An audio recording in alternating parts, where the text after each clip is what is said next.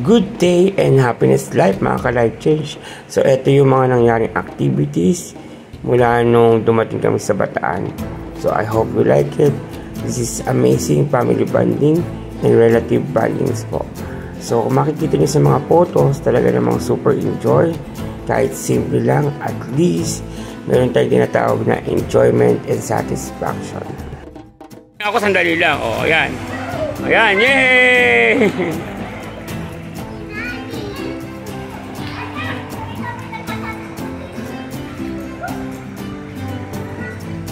Private pool.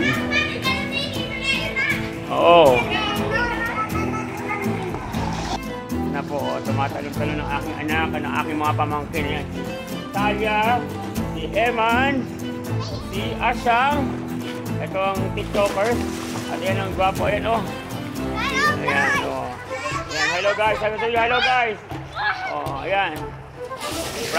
Nandito kami ngayon sa private pool sa Maiter Hermosa, Bataan. Ayan, itong aking lady Han at ang kanyang mama ko. Ayan, oh, ayan. After swimming, let's go naman sa market, sa bayan, para mamili tayo ng konting kagamitan. So, here we go, mga ka-life change. Good day and happiness life. May team na tayo, guys. Ayan, kasi kaikot natin dito. Ayan sila, mamalengke. Hindi natin alam kung ano bibili nila. So, ready lang tayo.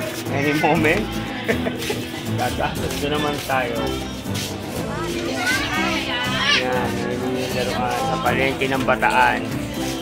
So, see you later guys. Maya-maya. Ayan, pauwi na po kami. Nakabili na ang sinampayong at mga laruan at gamit ng mga bata.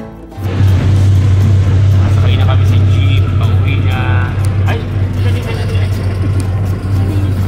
Ayan, happy na ang ating mga chikiting patrol at ang aking mga pamangkin. May mga kanya-kanya na silang bit-bit. Ayan, oh. Para sa kanilang personal materials, damit, t-shirt, short, at kanilang mga gamit pang school, payong. Ayan sila, oh. Kabili na si Eman. Ayan. Gamit-gamit na ng mga batang paslit ang kanilang mga payong. Yan po. Ayan, pauwi na po kami uli.